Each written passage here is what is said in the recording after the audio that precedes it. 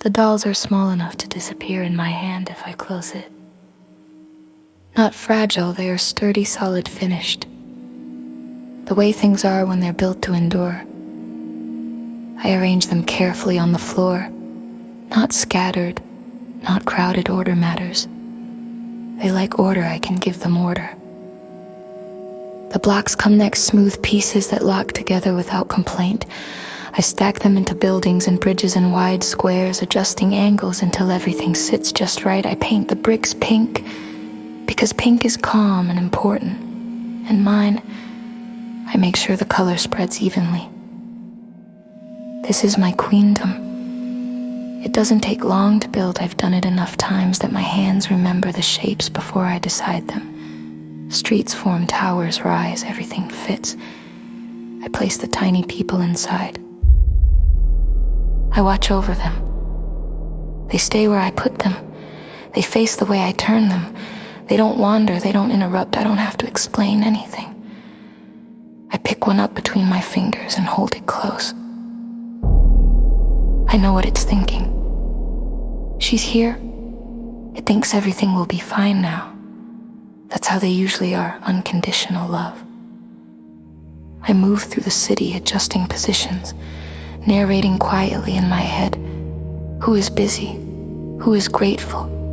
Who is waiting? The story moves exactly the way I want it to. Time stretches without pulling.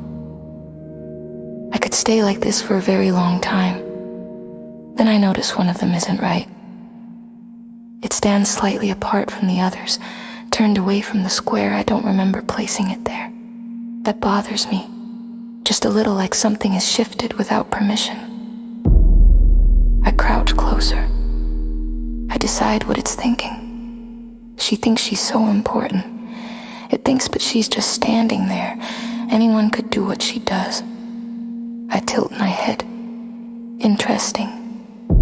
I let the thought continue, opening it carefully, just wide enough to see inside. The doll doesn't bow, it doesn't look up in my mind, it doesn't adore me. It resists in the only way it can, by refusing to be impressed. I smile, adorable. I reach down, not touching it yet, just initiating the countdown. I imagine its thoughts tightening now, irritation sharpening into fear. My hand inches closer. The moment stretches. I could end it quickly, I know that, but endings are dull. The interesting part is the space before the end, when everything is still possible. I pretend the doll is faster than it is. I let it flee into a nearby building. I imagine it hiding. I let it believe it has time. I enjoy that more than I expect to. When they think they can outsmart me, but forget that I can break through walls. The building crumbles in my hands, and there it is, helpless. When I finally pick it up, I'm careful. I lift it slowly, holding it up to my face. It's very small. I take a moment to enjoy that. I imagine it seeing me properly now. An apology? A confession? No, not from this one. I consider what should happen next. Punishment for disobedience. I could tear the doll apart. The thought appears cleanly, without emotion, a simple pop of its head. Would that send the wrong message? I am not cruel, I don't need to be. I decide on something better. I place the doll inside a tiny box, one I keep for pieces that need time out. The lid closes with a soft click. The city remains intact, the others stay exactly where they are. Order returns. I sit back and look at my queendom. Everything is still. Everything waits. The story can continue whenever I want it to.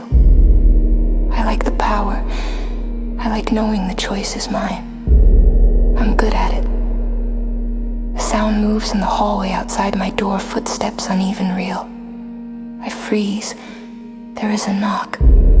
I pull the blanket from the foot of my bed and draw it over everything in one smooth motion. The buildings vanish. The tiny people disappear beneath the fabric. The city is gone like a magic trick. I smooth the blanket flat, like it belongs there. Another knock. Yes. I say, Mr. Whitman opens the door just enough to look inside. His eyes flick briefly to the blanket, then back to me. He doesn't comment. Dinner will be served in 5 minutes, Miss Liz. I nod. He hesitates. May I ask what you are doing? The question is gentle. That makes it worse. Nothing. I say, not defensively, precisely. He studies me for a moment, then decides the word is sufficient.